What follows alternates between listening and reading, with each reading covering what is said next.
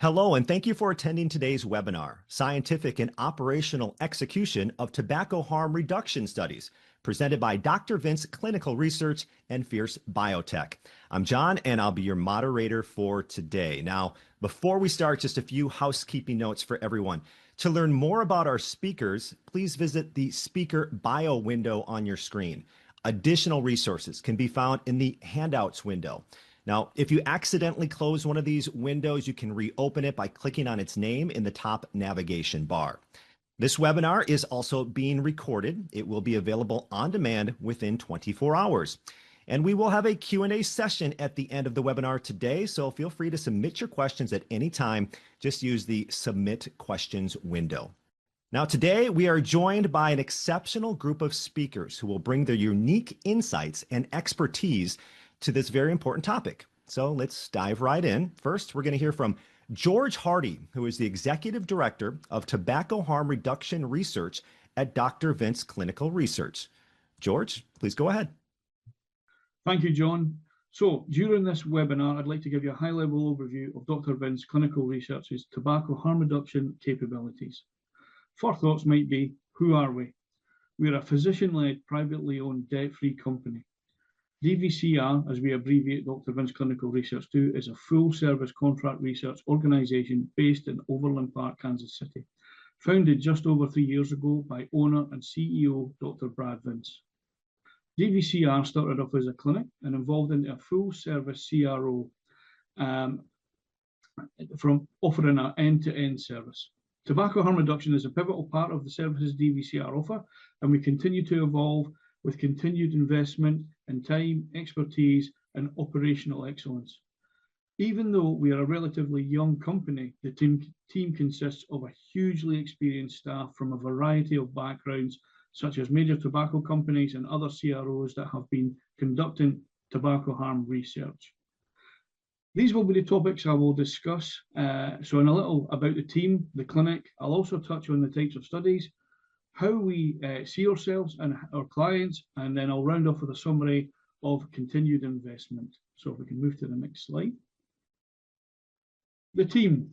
From a science and regulatory perspective, we have Dr. Neil Sherwood, who's a highly regarded scientist within the field of tobacco harm reduction.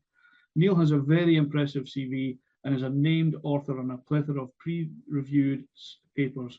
We recently added Claudia Kanitscheider to our ranks, and we're obviously delighted to have Claudia on board, and I'll come back to Claudia later in the webinar. Moving swiftly to our operational team led by TC DeLuca, who is hugely versed in all aspects of tobacco harm reduction. TC is ably supported by senior project managers Ajit Raju and Amber Anderson, with senior study manager Colin Geringer supporting in the clinic. This team is instrumental in executing and delivering these sometimes very complex studies, while maintaining an excellent working relationship with our THR clients. Our ethos is to collaborate and partner with our clients for a seamless transition from the synopsis and protocols to conducting clinical and behavioural studies, and this we continue to develop a seamless operational ways of working. Our gifted PI is Dr. Stephen Hull, a pulmonologist who is a key member of our team. Dr. Hull has conducted over 500 clinical studies, and many of those being in the tobacco harm reduction field. I oversee the tobacco harm reduction department of DVCR, offering scientific, technical, and operational support to my THR colleagues. I'm also the lead contact for tobacco harm reduction business development, and I'm usually the first point of contact for all aspects harm reduction. Next slide, please. Dr. Vince Clinical Research currently has a 90-bed clinic. It's a bespoke, modern facility with 7 smoking rooms, 2 large rooms, and 5 individual smoking rooms. These rooms allow us to undertake a variety of study designs and also have the capability to cover all tobacco harm reduction product types. Our smoking rooms have a negative air pressure flow so that no aerosol from cigarettes, heated tobacco products, or vapes can escape the room. The individual rooms also have a viewing window so that we can observe the subjects closely, are safe, and also adhering to all protocol requirements. We also have 2 larger smoking rooms where subjects can conduct an ad libitum session or use their own products if and when this allows. The clinic is set up to make the subject as comfortable as possible, with a games room, a sports-themed restaurant, and some quiet spaces where they can read or work. Our clinic staff are an amazing collection of doctors, nurses, and support staff. They are the foundations of success within the clinic.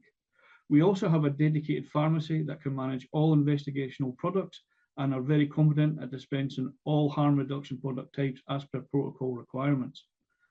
DVCR now has a central lab on site, so we can now undertake safety testing without having to outsource, and this is invaluable for screening and recruitment of potential subjects.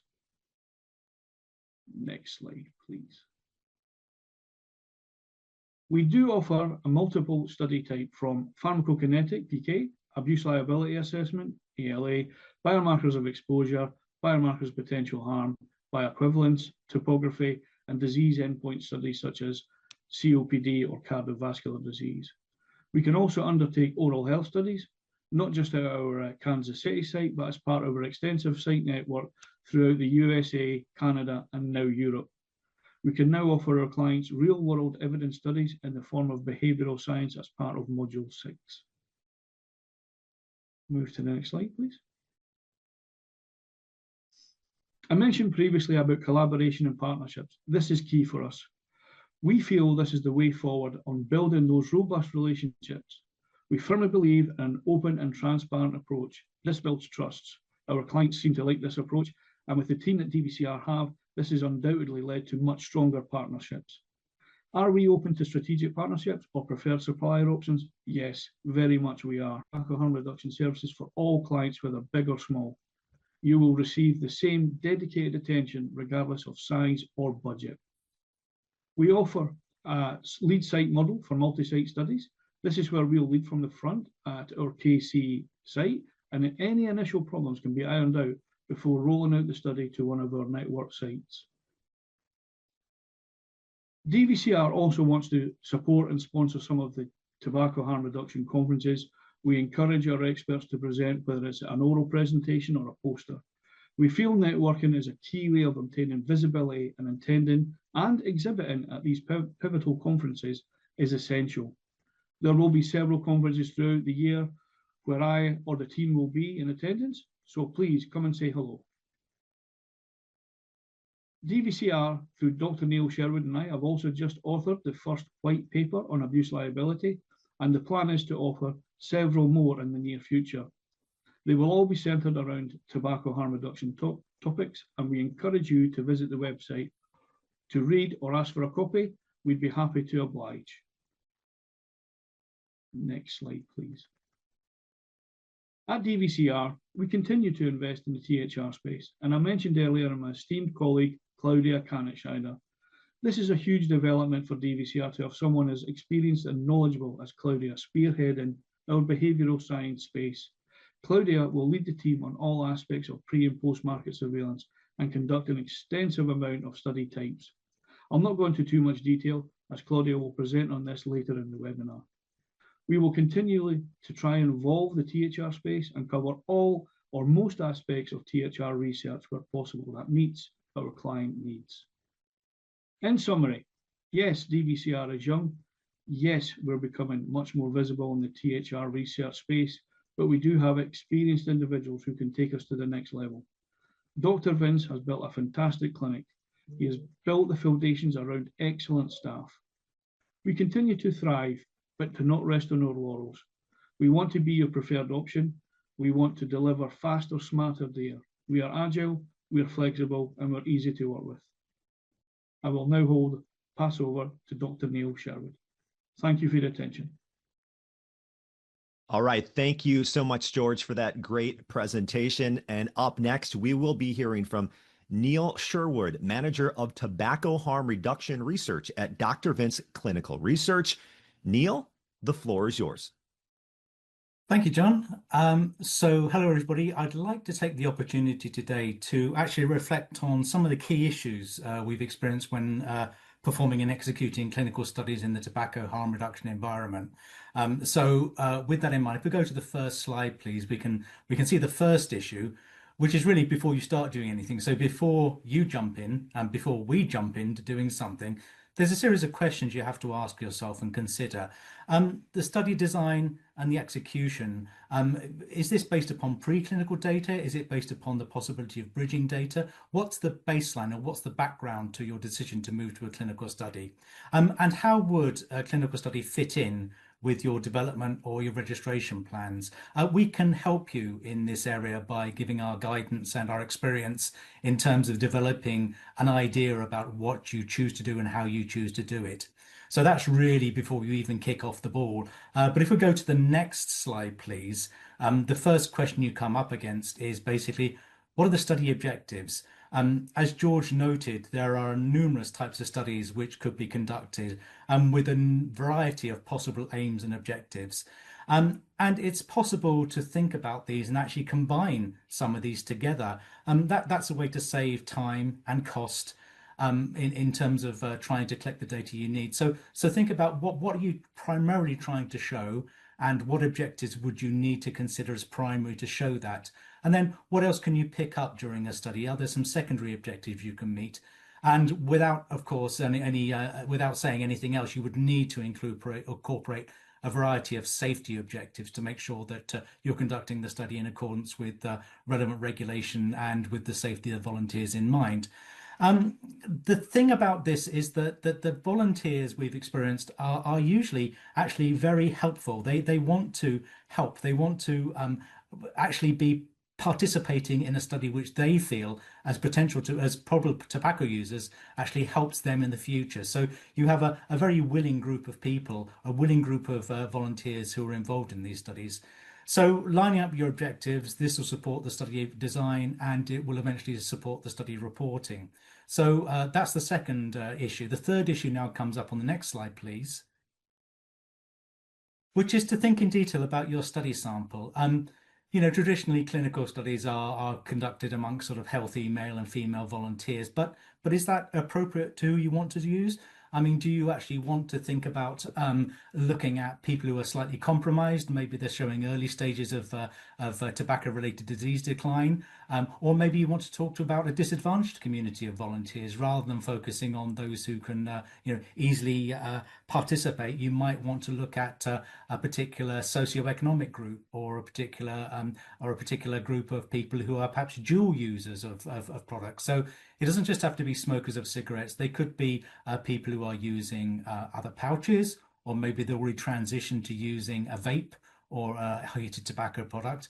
So there's a selection of people you could take from to actually be your study sample. And again, this will depend upon what you're actually trying to demonstrate in your study, the objectives. There's the standard inclusion and exclusion criteria, which are generally applied and can be quite onerous to meet in terms of health status, in terms of, for example, number of products used in a day. So again, you need to think through very carefully to decide, is this the appropriate group to actually include in your study? And there's the general question of actually thinking about the number of people you need for actually hypothesis testing. So is this something that you want to use as, if you like, definitive proof that you have found a way forward, or you've found a difference between two different product types? Or are you merely trying to actually get a signal in the data to help with your product development? The great thing is that all human data is effectively gold standard. So although there's been a degree of preclinical data involved here, although there is bridging data you can use, when we actually get the results from doing a clinical study, it's great stuff. You can incorporate this in a regulatory dossier, or you can use it to talk to your development people, because it actually is really the pinnacle of the type of information you can need to take your product forward.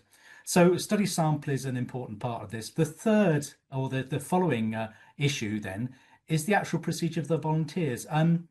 It's possible that many of you have not actually experienced what it's like being a volunteer in a clinic. I did many years ago as a student, and it's actually surprising how high the burden is upon volunteers.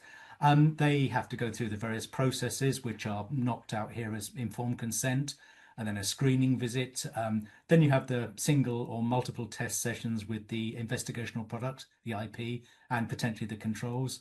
And then that depends if it's going to be a single experience or a single exposure, or if there's going to be multiple administrations of the investigational product. And then you're collecting the responses, which may be in the form of biological material, or there may be subjective responses.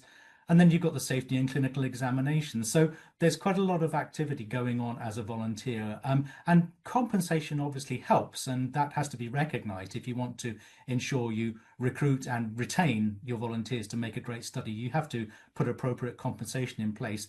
But it's not the only issue. What we found is that the experience and the environment in which the volunteers are placed is also key as well. And as George demonstrated earlier on, one unique feature of Dr. Vince's clinical research is the very, very high level of appreciation we have for the volunteers, and the fact that we provide numerous facilities for them to actually use, so they are comfortable and they are willing to participate. But again, I emphasize that most of the volunteers we've seen in tobacco harm reduction studies, they want to help. They want to be involved in understanding and developing new products which are less risky for them. And it's really useful to take time both before the trial and when the trial is finished to explain what has been going on and what has happened. And you'll be surprised exactly how much interest that there is amongst the volunteers. Okay, that's dealing with, if you like, getting yourself set up. Now, if we move to the next slide, we can talk about the execution and the outcome. What's the key issues here, or what issues have we found to be of interest? Well, the first one is to consider, does the actual study need to be in a full clinical environment? The term is sometimes misleading. You talk about a clinical study, but there's often occasions where the subjects or the volunteers are not going to need to be linked up to a machine or in a bed or kept to 24/7 monitoring. I mean, there's various designs of studies where the people are actually taking products away from the clinic, and they may be using it at home for a few days, and they're coming back to the clinic merely to have the examinations or their the recordings done for the purposes of the study. So you don't necessarily need to have all the whistles and bells and the machines that go ping when you're going to actually conduct a clinical study. So think about that as one aspect of your study design. The second point is that we mentioned earlier that it's possible to combine numerous studies together. Examples might be that you do a study on nicotine exposure, but you also include a section looking at the abuse liability of a product. So that's quite a common design to talk about exposure and abuse liability. There's other things you can build in as well if you wish to, and that complexity does not necessarily imply confusion. Shortly, my colleague TC will explain or demonstrate how a very complex study can be conducted very successfully, as long as you're actually got a very, very key understanding of what procedures are in place and what needs to be done at one point in time. Now, the automation of a number of procedures actually can help this. You obviously recognize that there are numerous devices like blood pressure machines and heart rate monitors which can be automated. It's also true to a certain extent for the way we collect some of the data. For example, if you're looking at cognitive ability, there are various platforms that we use which can actually give you the answers to how people are feeling or thinking, and that they preclude or they prevent the need to actually sort of run around with pieces of paper and pencil. So we can automate quite a lot of actually what we do. And then when you get to the end, you end up with the clinical study report. So this is effectively the definitive record of the investigation, what happened, when it happened, and to a certain extent why it happened as well. So that's the execution and the outcome. But that really only gets us to the final point, which is the study follow-up. I mean, any data, as I said, you collect on human subjects is of value for future regulatory submission. You can't go wrong in including all this information in any sort of dossier you want to put together, and it does actually help for your development staff as well. Even if it's only exploratory, it doesn't need to be hypothesis testing. Importantly, the signals that you get from the study can dictate or influence the need and type of any future investigation. And these results can support product differentiation. We know that to some extent the tobacco and nicotine market is slightly commoditized in that there's many similar products of a similar type. But if there may be any differences in terms of the performance of these products, here's the opportunity to find that out. In total, I would say that it's important to front load the process, whether it's the philosophy of the study you're doing, whether it's the recognizing the objectives, whether it's the target population, whether it's optimization of different design. you'll be rewarded in the long term with regard to the message you use for development or regulatory strategy if you think about these things in advance and in detail before you even commit to actually putting the first volunteer through the clinic. And with that in mind, we can lead or support the publication or the production of a scientific journal article for publication as support of a communication strategy. So that's basically the key issues we've seen in the experience we've had for the last few years conducting clinical studies for tobacco harm reduction. And as I said, I'd now like to hand over to my colleague TC to give a very, very good example of a complex study and how that is actually executed and conducted according to the DVCR philosophy of quality and speed. Fantastic. Thank you very much, Neil. Up next is TC DeLuca. TC is the Associate Director of Project Management at Dr. Vince Clinical Research. TC, over to you. Thank you, John. It's my pleasure to be here today. You've heard my colleagues, George and Neil, talk about the overview and high-level view regulatory aspects of conducting a tobacco harm reduction study. Now, I'd like to take a few minutes to take you through a discussion of putting all of this into action. So the question begs itself, how do you operationalize a tobacco harm reduction study to ensure its success? I think the hallmark of any type of study, clinical research, tobacco harm reduction, whatever, is of course a strong relationship between the sponsor and the vendor CRO who's helping to conduct the study. Setting this up early, as Neil alluded to a few minutes ago, ensures that the trajectory of your study is moving towards success at all times. I thought perhaps one of the best ways to illustrate how to operationalize a THR study successfully would be to show you an example, which is on the next slide. So here's an example THR study that was recently conducted. It's a fairly common study type, as suggested by the Premarket Tobacco Guidance issued by the Center for Tobacco Products. Abuse liability is a very common study type, and you will see it frequently in tobacco harm reduction portfolios or reports or anything along those lines. You'll note that the title of this study designates that it's in adult smokers in the United States and that there's a dual user aspect of it. I'm going to come back to that later, but it's really important to think about these things in the design early and often to ensure that you're getting to the endpoints you want. So in this particular study, the product being evaluated was a nicotine pouch. The population that was being evaluated were 42 healthy smokers to complete 35. So we do allow for some flexibility and agility in any THR study because people may drop out, people may have other reasons to leave the study. So you set a power for the study that allows you to end with what you need. The endpoints in this study, as I said, were abuse liability and PK, pharmacokinetics. The design was interesting because it's a 7-way crossover with high and low comparators.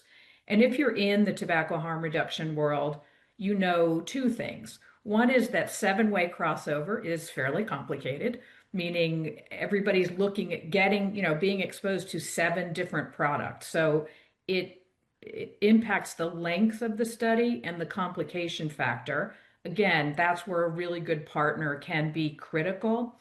And it has high and low comparators. So in typical abuse liability studies, that means there's also a combustible cigarette and a nicotine replacement therapy as part of the product design. And the really good news about this study is that it was enrolled in 26 days.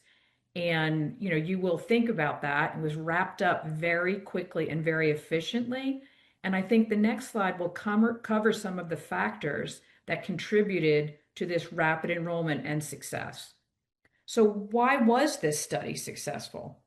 Well, one of the reasons is that DVCR has a very agile and well-developed infrastructure and staffing, as you saw by our colleagues earlier, that really facilitates this type of execution of a THR study.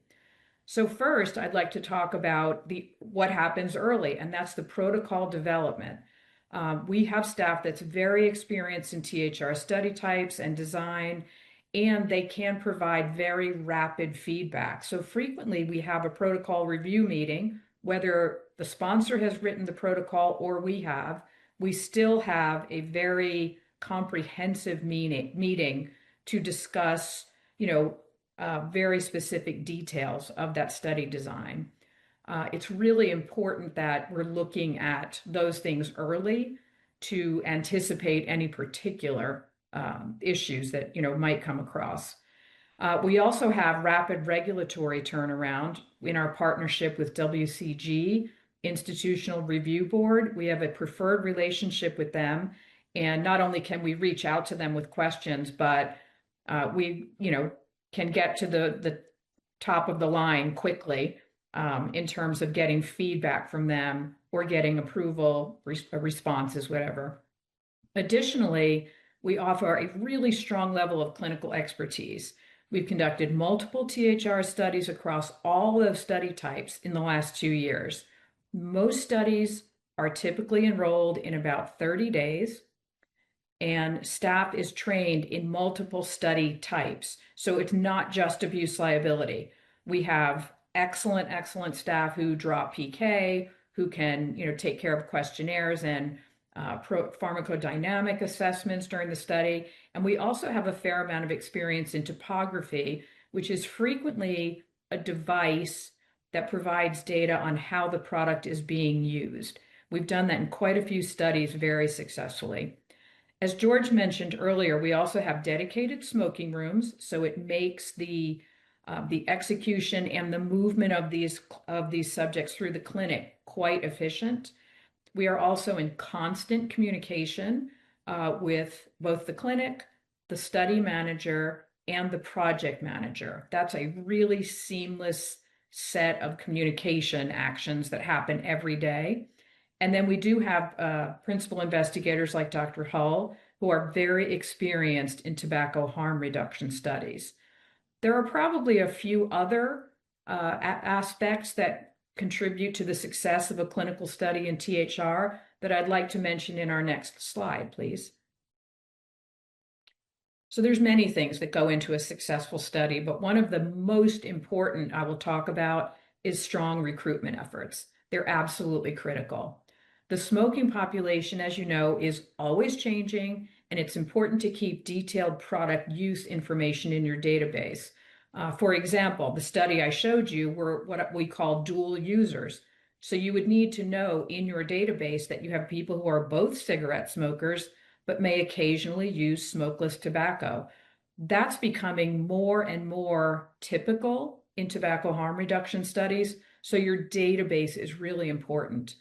Our recruitment team also gets involved very early in study design discussions, and especially inclusion-exclusion criteria, because it can make or break a study, quite frankly. So we want them involved very early and often to give feedback on how those may be pluses or minuses for finding that particular subject.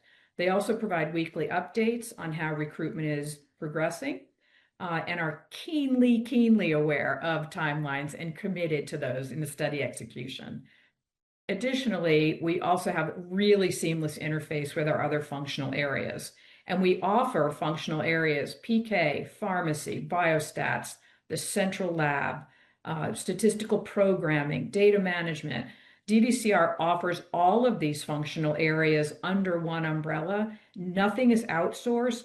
And the beauty of that is that we can talk to each other all the time. And that's basically what happens, is this constant communication about how the study is progressing. Lastly, DVCR has a really well-developed and strong medical writing team that understands the nuances of the pre-market tobacco application requirements as it relates to the final report format, the portal requirements, and the CTP, Center for Tobacco Product, submissions process. So let's talk about some other things that might come into a tobacco harm reduction studies on this slide. DVCR can offer multi-site solutions.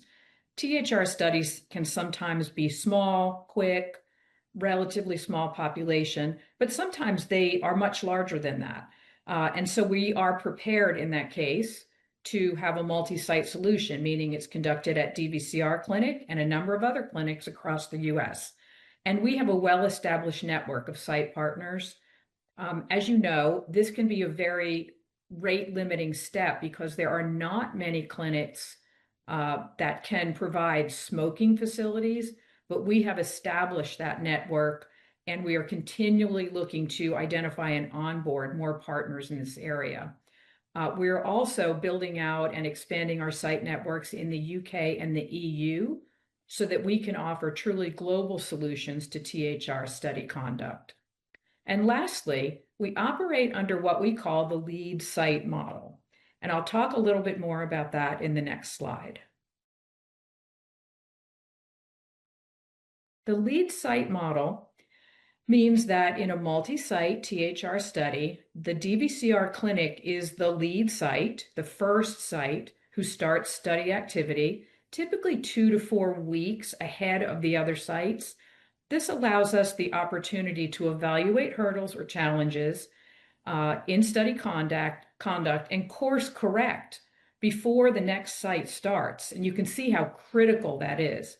It allows for better data quality and limited protocol deviations as a result. It also creates an enhanced communication among all of the sites with the project manager who can communicate the challenges and solutions in a proactive way. In addition, our IRB processes and relationships allow us for seamless submissions and approvals so that even though we have multiple sites going on, we're using similar processes, similar platforms, and very homogenized communications so that everyone's getting the same message at the same time. This has been a very, very effective model for us in tobacco harm reduction. Next slide, please. So in summary, I'd like to emphasize again that conducting successful THR studies really relies on strong partnerships and experienced partners who understand the nuances of tobacco harm reduction regulatory requirements. And as most of you may know, THR studies and regulatory requirements are relatively new in the clinical research world. So they are always changing, which is why a partner who works with you, who understands what's changing, the nuances, as I said, is really critical. They have their own, set of requirements, and those are critical in navigating those details towards success and true partnership for future work. Thank you so much for your time today. I really appreciate it. Thank you so much, TC. And now for our last presentation, we'll be hearing from Claudia Kanitscheider, Associate Director of Behavioral Science at Dr. Vince Clinical Research. Claudia, over to you. Thank you very much, John. So in the following minutes, I will present the role of behavioral studies in the context of regulatory research for new tobacco and nicotine products. Next slide, please. So in contrast to pharmaceutical drugs and medical devices, new tobacco products also require the assessment of several behavioral aspects for the marketing authorization and also partially for pre-marketing surveillance. So why does behavioral research matter? The overall aim is to evaluate the effect of a new tobacco or nicotine product on the population as a whole. This includes current tobacco users, but also non-product users. And this group consists of never users of these type of products and those who used them in the past. And assessing the benefits and risk of market introduction of a new product in these two groups is necessary to evaluate if a new tobacco or nicotine product is appropriate for the protection of the public health. Benefit means that current tobacco product users find the new product appealing, have interest to try and to use the product, and finally switch to a less harmful tobacco or nicotine product. But at the same time, there's a risk that never users may initiate or past users may reinitiate the use of a new product, which of course needs to be avoided. And to meet the criterion of being appropriate for the protection of public health, the expected benefits of a new tobacco or nicotine product must outweigh the associated risk. And with that, behavioral research provides the crucial link between clinical study findings on individual level and real-world health outcome assessments on population level. But let's take a closer look at behavioral research in the pre-market setting on the next slide. So in the pre-market setting, different topics need to be covered in both groups. First one is risk perception. Users need to understand the risk profile of a new tobacco or nicotine product compared to other products or alternatives. For non-users, it's important to understand that the new tobacco or nicotine product might be less harmful than others, but its use is still associated with health risks. The second point is intention to use. For users, an appealing product is crucial to raise intention to try and to use the product, while the interest of non-users should be minimal, of course. One of the bigger points is really consumer comprehension. This comprises the comprehension of product label and labeling, product use and safety instructions, for example. And it's mainly about, are consumers able to understand what is the intended user group, who should use the product and who not? And what are the product characteristics? Does the product contain tobacco or not? It's clear that the product contains nicotine and that nicotine is an addictive substance. How to use the product correctly, especially when the use of a device is involved, is also an important point. And what I have to do in case of adverse health experiences, for example, where I can get help or more information. For new tobacco or nicotine products, which wants to include an exposure or reduce risk claim, comprehension studies are critical to ensure that consumers truly understand the entire message and, of course, that the claim is clear and unambiguous. And finally, for current tobacco product users, it's of interest to assess how the new tobacco or nicotine product is used and how it could change the consumption of the other tobacco products, especially whether the new product leads to complete switching from a more harmful product or to a less harmful one, or at least helps to reduce consumption substantially. And while these pre-market assessments are partially artificial, as the products only available in the context of these studies, it should be a good indicator what will happen once the product has received marketing authorization. And with that, we will have a look what happens when the product is launched in terms of real-world assessment on the next slide. So for post-marketing surveillance, and depending on the type of application for the new product and the geographical area, several topics are usually covered by behavioral research. So first is the measurement of product awareness and use prevalence in the general population, and especially the monitoring of awareness and use is important among youth and young adults. So similar to pre-market setting, what is the perception of a new tobacco or nicotine product regarding health risks and in comparison to other tobacco or nicotine products? Another component is to evaluate, in particular among users, their user profile. So at the time of use initiation, are these mainly users of other tobacco and nicotine products, or are they never or past tobacco product users? In addition, use patterns of a new product and related behavioral changes over time are of interest. Is the product used together with other tobacco or nicotine products? Are they used in addition or as a replacement? Or is there solo use of a new product? And how do these different use patterns change over time?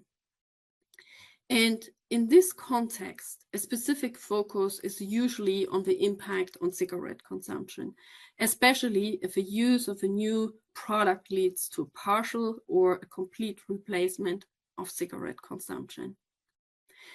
Another topic of interest is misuse. Is the product used as intended or not? And if not, does this maybe result in increased health risks using the new product?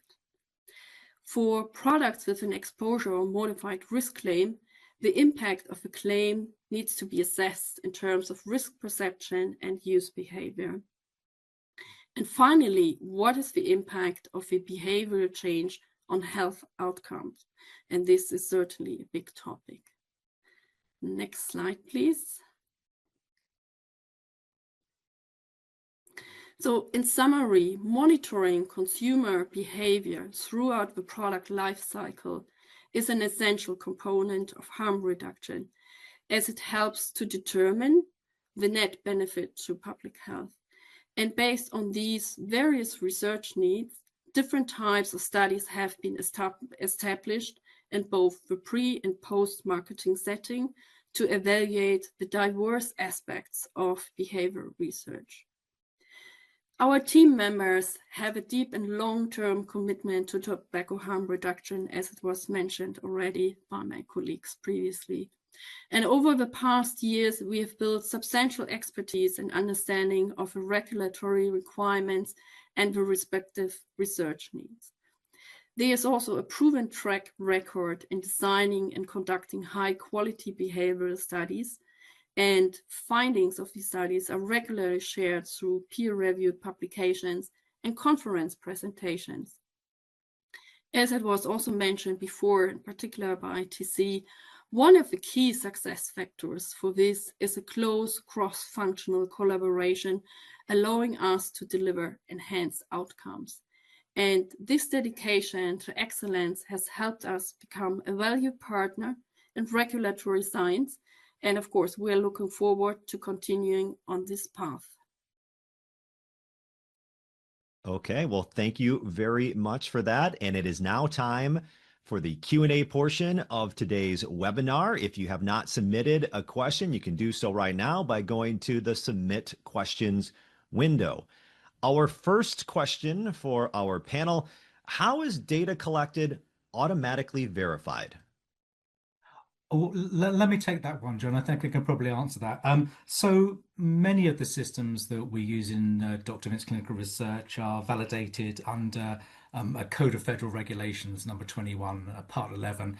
Effectively, this demonstrates that the system is accurate, it's reliable, and the data coming from it are consistent. So that's the majority of what we do. Now, there are occasions when there will be other automated processes which have not been entirely through that process, some of them coming from sponsors who want to collect a particular type of data, in which case we act and we collect data in accordance with the recommended methods and best practices.